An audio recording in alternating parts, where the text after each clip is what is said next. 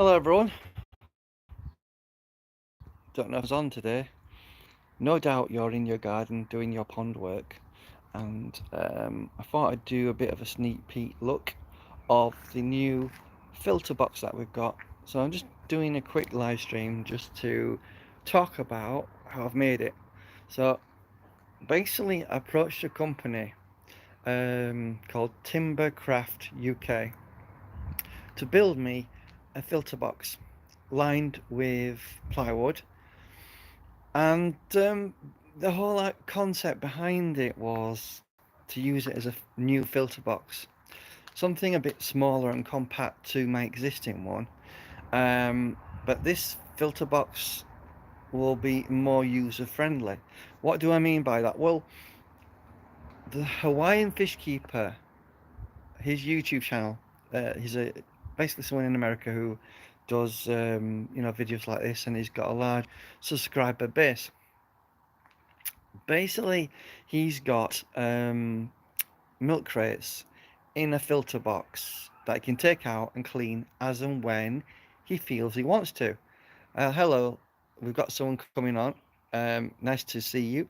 Um, yeah, so I'm doing a bit of a live stream today to discuss making your own filter box. So it's a bit of a sneak peek look to have a look at it, see how it looks, how it performs. Does it do a good job? And essentially, we got a few modifications to do to it, the filter box, but hopefully you'll find this interesting.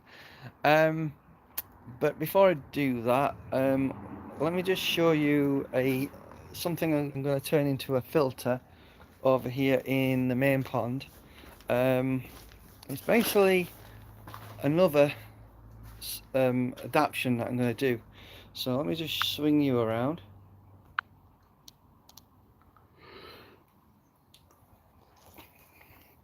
So this is one of those planter containers you can buy. Now, as you can see, it's an incredibly thick-walled plastic. So if you're considering something as an alternative to the aquascape bowls at a fraction of the price, something like this may do. This was only, I think it was £18 from Morrison's, the supermarket. It's got thick wall plastic, as you can see. So if you put some bulkheads in there, and then obviously a bulkhead underneath or to the back of it, bring your water in, put your gravel in there, and your lava rock and anything else you want to use as a filter media. Obviously the water will rise up and then come out through pipes. And this is actually quite well made. It's significantly better than the other one that I made, the bowl. Check out my YouTube channel if you want to see how I made it. I'll just show you over here. So that's my filter bowl that I made, guys. Now, obviously the plastic wall in that thing is quite slim and thin, and at some point it may burst, it may break. It was only 13 quid. What can you expect for that sort of money? But that barrel look-alike thing we've got over there. Obviously, it's made out of plastic, but it's designed to look like a barrel, a wooden one. But obviously, it's completely plastic. That's going to make an ideal filter. So I highly recommend you consider getting one of these if you would like to make a filter. And why are these filters better than these shower systems that you can buy? Because in the event your water cuts out, this will contain your water, and then obviously your bacteria will stay alive. In a shower system, if you cut power, you lose your water and your bacteria could potentially die. If obviously you was away for a couple of days or even a week or so. So basically you've killed all your bacteria because there's no water there to keep them alive. No oxygen running through, obviously. But this is why these type of filters are better. Now I know Gaz's Koi Pond, a YouTuber who runs a YouTube channel, was saying get a canister filter. Well, canister filter It's just essentially what some people call a def can. Um, Basically, it's a container pressurized that has, sponges in. And unfortunately, you have no anaerobic bacteria really running through those systems. You'll get a little, but not a great deal. So that's why I'm not a big fan of the canister filter system in itself.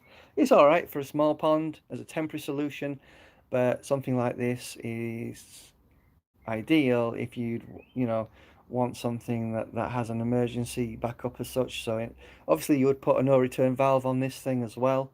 So essentially that's more or less what I'm going to change that into, similar to what I've done to the other filter. Um, so moving on, let's get the box filter running so you can see it running. So let's just put the hose pipe on.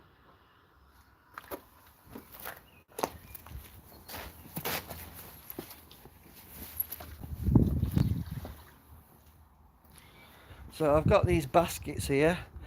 Quite a big challenge to try and get one that actually fits. These are 23 centimeters wide, 13 centimeters deep. If you're interested in one of these, I'll put a link in the description box. But essentially, they fit in there. So in essence, I'm going to do what I did to the last filter box. Check out my video on how I built it. But this is a smaller version. Over there in the distance, you'll be able to see a bigger version that I did build. But I wanted to make a smaller version that was more user friendly. Um, Obviously it's going to be a lot lighter, easier to clean. The reason for the baskets is if you put all your gravel in there, you can simply pull them out, clean them and put them back in. And also before you do that, you can clean out the box. So any sediment you've got in the bottom, just lift it up, clean it all out, get your pump in there, and then you'll be able to empty that and make it run quite well. So I just wanted to show you it running and functioning. I've actually lined it with epoxy resin. It's what's called Pond Shield. I've done a few videos in the live streams talking about it and showing you how it performs and how you put it on. But I will be doing a full video on how to line this and turn it into a filter like this. Basically the epoxy is just a plastic coating. Let me just show you an example here. So here's a piece of the epoxy material. It's basically a sheet of plastic when you take it off, quite thick and tough, and it makes a good pond liner. It's very similar along the lines of carbon fibre without the fibre in it, but you can put carbon fibre pieces in it as well. If you look closely, there's carbon fibre there that I was basically testing this to see how it would perform, and it's incredibly strong with that carbon fibre on there. So I just wanted to show you that. Quite nice, isn't it? Also, afternoon, Humber Koi, nice to see you. So I've actually adhered the actual epoxy onto this piece of wood, just to show you what it looks like. So that's what it looks like, the epoxy that you can put on some wood and to waterproof. This is basically a waterproofing method.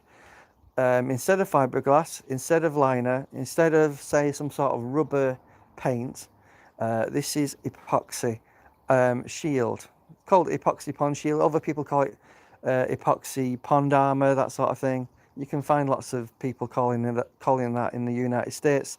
They've used this to actually seal up aquariums, but I've done it on a new filter. So that's the material in question. I'll do a full video on it so you guys can see me basically going through the various processes of using it.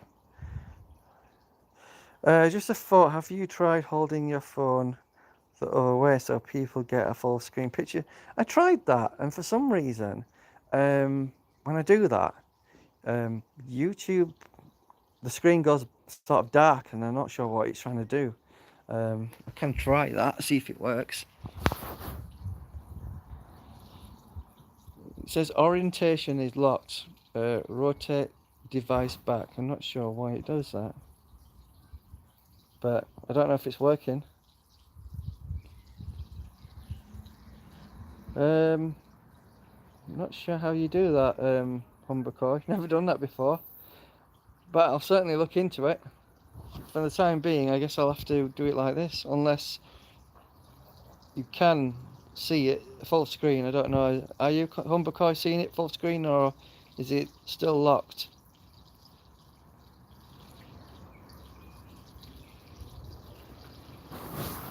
Yeah, I'll definitely look into that.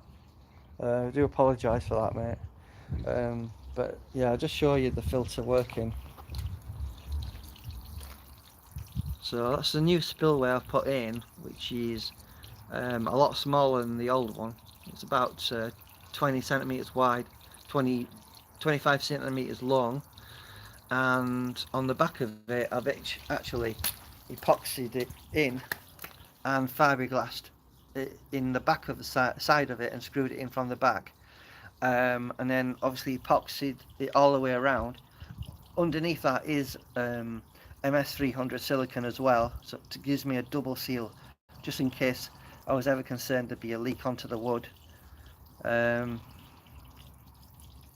so that's basically the small filter working. Um, so I just wanted to show you that. So as you can see, it's functioning quite well. Um, so I hope you find that interesting. Doesn't seem to be leaking, seems to be doing a good job. I managed to get hold of these baskets, which are 23 centimeters wide, about 30 centimeters long, because I wanted to get something that fits this filter box. Believe it or not, it's very hard to get baskets the right size to fit what you want it to fit, so I had to spend a good time researching to find the right size. But as you can see, that fits in there perfectly. And what I'm going to do is go and visit B&Q and get hold of some of this ABS pipe, just to basically lift it up underneath, and then any sort of water can literally go down there through the holes, percolate through the holes, up through the filter box. I'll drill some holes through the basket, sorry, and then obviously the water will flow up and then down and out through the pond eventually when I get around to getting it built.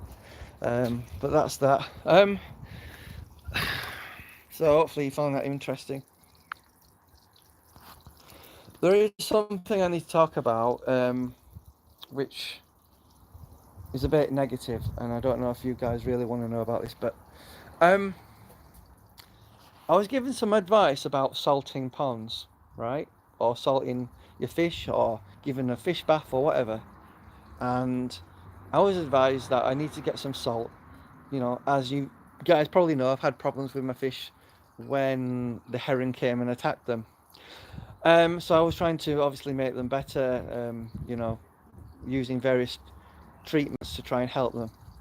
And someone suggested salt. Give them a salt bath, that'll help. All right, fair enough. So I said to in the various Facebook groups, what type of salt do I need? What type of salt would you recommend? Because there's various types of salt, from Epsom salt to normal table salt to other types of salt. And someone said to me, well, at a pinch, you can use Finnish dishwasher salt, right? And that person was called David Winterbottom, I think it was called. And he recommended that as long as this salt, right, is 99% pure, right, this should be fine to use, right? So I listened to him, thinking, all right, maybe you know what you're talking about. So I went to a local supermarket, right? This is a warning to you guys. And I bought this, and I used it on two of my poor fish. And this stuff is toxic, guys. I didn't read the back of it because I thought this guy must know what he's talking about. I obviously diluted it with hot water, you know, and made it dissolve into the hot water, and added it to the fish to try and help them. Not reading the back of it. On the back of it, it says Fish salt. Keep away from children. Do not ingest. If product is ingested, then seek medical advice. So it's not, if it's not good for humans, it's not going to be very good for fish, is it? And I was a bit pissed off when I realised I've killed two of my fish with this stuff. Someone said there's anti-caking chemicals in this, something along those lines. One of my YouTuber commenters said that I would recommend you never use this. So I wanted to do a quick live stream to tell you guys, don't use this stuff on your fish. I listened to someone thinking they knew what they were talking about. I know I'm a bit pissed off actually, because I'm pretty sure I killed my fish off with this, and I felt guilty when I realised it, and I thought, oh shit, what have I done? Obviously I thought maybe I left them in the salt too long, for 2 hours, because I just left them in the salt for 2 hours, came back and found one fish had the side of him literally blown out where his ribs was. So that must have been a horrible way to die. And another fish, you know, one of my last big fish that I had left, he obviously passed away as well, because I believe this salt killed them off. And I just wanted to do a bit of a warning to everyone out there watches this. If you've ever been told, oh, you can use this Finnish salt for dishwashers, don't. Just don't. I trusted what someone said, and that guy's an idiot, basically, for saying that. I can't believe, because I sent him a picture of it as well. Took a photo of this, sent it to him, and says, is this the stuff? And he says, as long as it says 99% purity on it, and it does say that on the box. He said, as long as it says 99% purity, I can use this. You can't. So, obviously, one of my YouTubers said it has anti-caking chemicals in it, so it's deadly. Don't use it. If it's not fit for humans to use, it's not fit for fish, obviously. And I just wanted to say something about that, because I didn't know, and I thought I listened to someone. So if you're going to get some advice, guys, about anything, about fish or doing anything in life, just get advice from various people, and if they say the same thing, maybe it's true. But I just wanted to point that out, because that stuff is toxic, and don't use it. So, bit of a warning, guys. Don't use Finnish dishwasher salt. Don't use it. And I'm a bit annoyed that I listened to someone. Nick Cadman says, definitely not. PDV salt all the way. A 10-minute aerated salt bath works, and when needed for me. Yeah. So I listened to someone on Wakefield Koi's Facebook group, and that's what they said. They said PDV salt, that's what they use. Fine. But then they said if you've not got any around at a pinch, you could use this Finnish dishwasher salt. You can't. It's got chemicals in it, mate. And I'm not directing that at you, Nick. It's at the guy that advised me. This David Winterbottom dude off the Wakefield Koi Facebook group. You know, sometimes people give you really shitty advice, and I listened, and his advice cost the lives of two of my fish. They may have died, or the possibility of the fish may have died anyway because of the injuries from the heron attack. And if you've not seen that video, check it out. You'll see how bad these herons can do. I've basically been given a lot of information and advice about the heron attacks. Basically, herons seem to attack fish even if they're not hungry.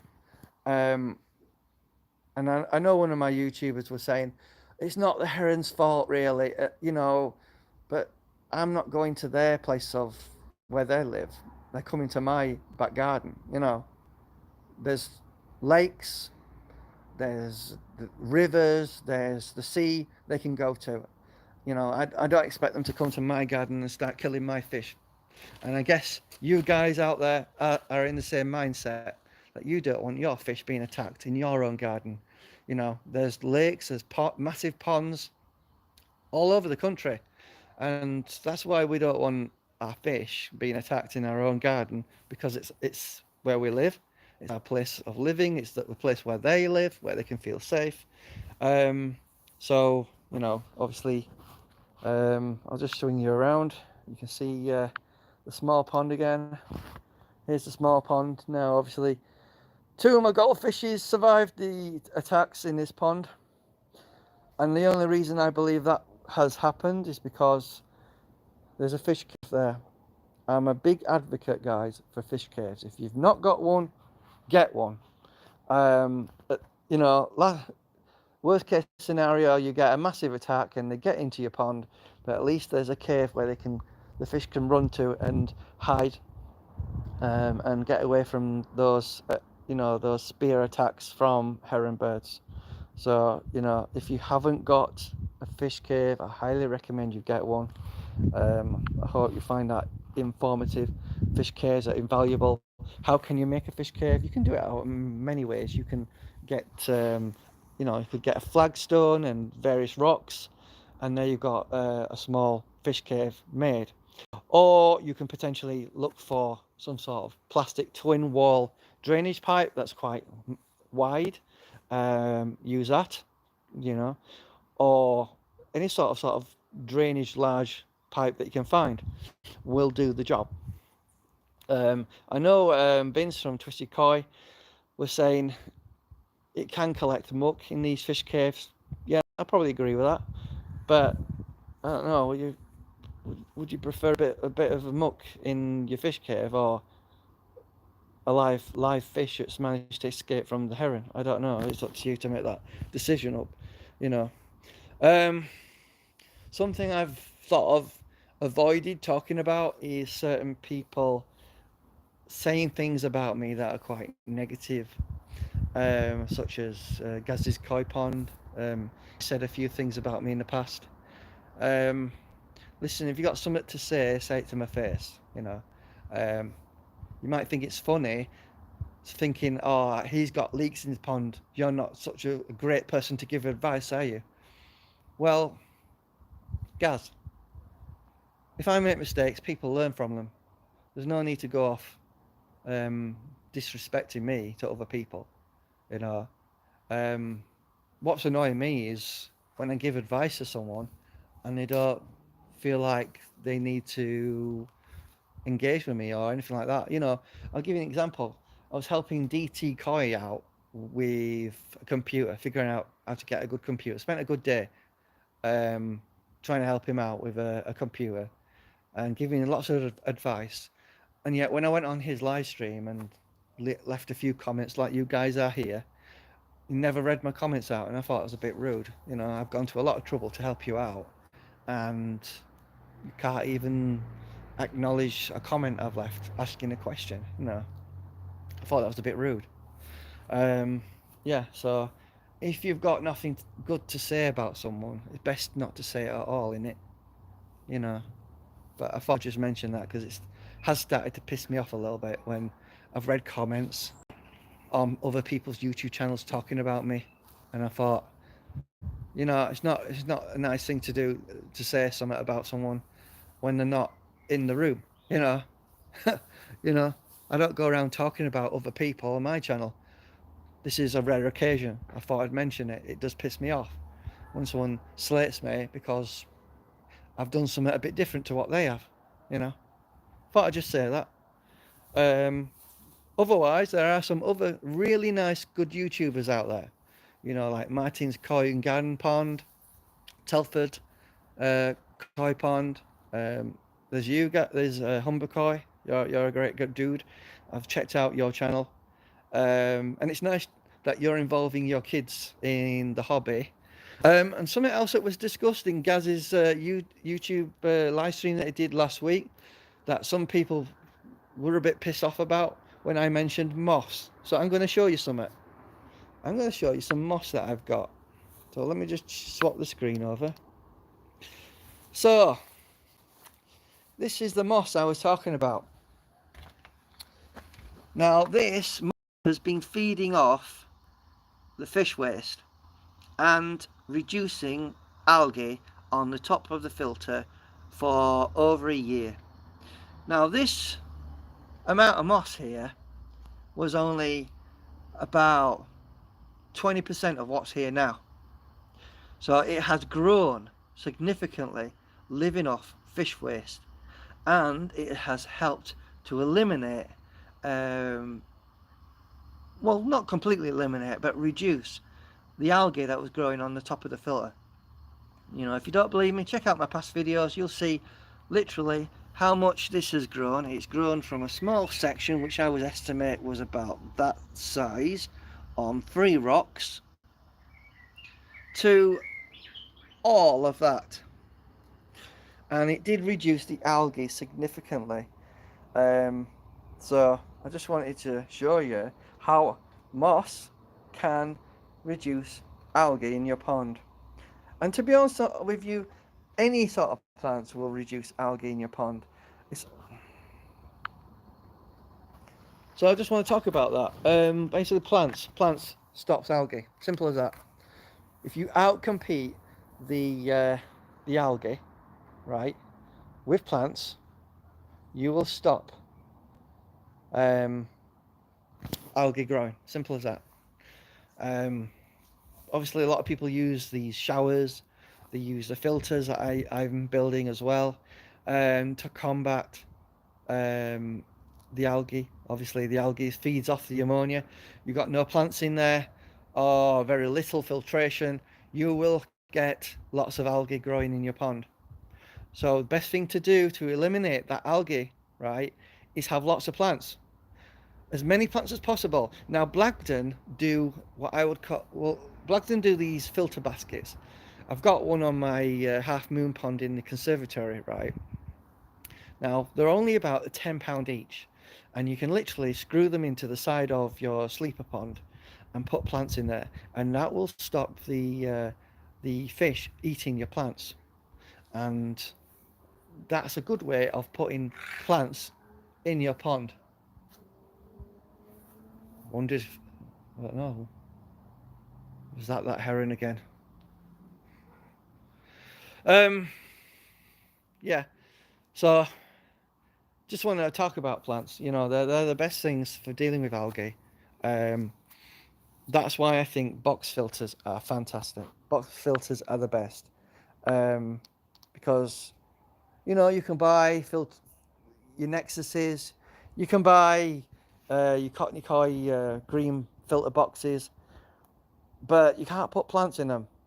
But in this design, you can. Now, if you've not already checked out my video on how I built this, go and check it out. It's one of my most popular videos. And it's simply put a box filter, and it was lined with a liner, but I've decided to change things up a little bit. So a few more people have come on, so I want to say a big hello to you guys. Hope you are having a good day today, and hope you have a good bank holiday in the garden doing your various projects. So let me just go back to the new box filter that I've built. Well, I've had someone build. So here it is, ladies and gentlemen, functioning as it should. Completely waterproof with epoxy plastic. So that's the filter running. The plan here is to have 2 baskets. I'm gonna have 2 baskets. One's there, one's there. And I'm gonna put some of that ABS PVC type pipe underneath to hold it up and let the water percolate through into the filter. And then obviously we'll put some plants on top to about there, and then we'll have some sponges around there to filter the pond. So the reason I made it smaller is I just wanted something a bit more manageable. So what do I mean manageable? Well, the Hawaiian Fish Keeper has done a similar thing to this. So basically what you can do is just imagine your plants are in there with your various gravel. You can pull this out, right? Pull your plants out, clean your filter out, and then pop it back in, like so. And it makes it very user friendly and easier to clean, and that's the idea behind it. It does seem to be completely waterproof now. I've put the epoxy material in. I'll do a video on that so you guys can see. And then I'm just hoping that Martin from his YouTube channel, Martin Garden and Koi, receives his gifts today. So keep an eye out for his video. No doubt he'll do one on it. Yeah, so that's the filter running. Let me know what you think. But yeah, big warning, ladies and gentlemen, big warning. Avoid using any sort of salt that's not this PDV salt. You know, you can use Epsom salt as a different way of treating your fish. Apparently it just sort of drains water from their organs, Epsom salt does. But I believe the PDV salt that Nick Cadman's talking about in the comments is the right salt to use. It's not that cheap though, as far as I'm aware. I don't know, Nick, have you ever used normal table salt? Has that something you've ever used, or is that something not to use? From a recent video I watched, it's something you shouldn't really use. But you know, that's what we're up to anyway. It's a bit of a mess around here. I'm sorting things out. Just a little thing to say though. When you're doing a project like this, just, you know, clean as you go. And sometimes you can't really work until you've got things done. So my next job here is to start digging a lot of this out. So I think I'll start on that now, and I'll see you in another video. But thanks for watching. Do appreciate you coming. I just wanted to do a bit of a live stream to tell you, just avoid using that finished dishwasher salt. Do not use it. Don't listen to someone who says you can use it like I did. It must be a horrible way to go if the sides of your ribs get blown out and obviously your fish passes. You know, I don't mind having small birds coming into the garden, but I definitely don't like herons. Anyway, I'll see you in another video. Have a nice day, and talk to you later. Bye bye.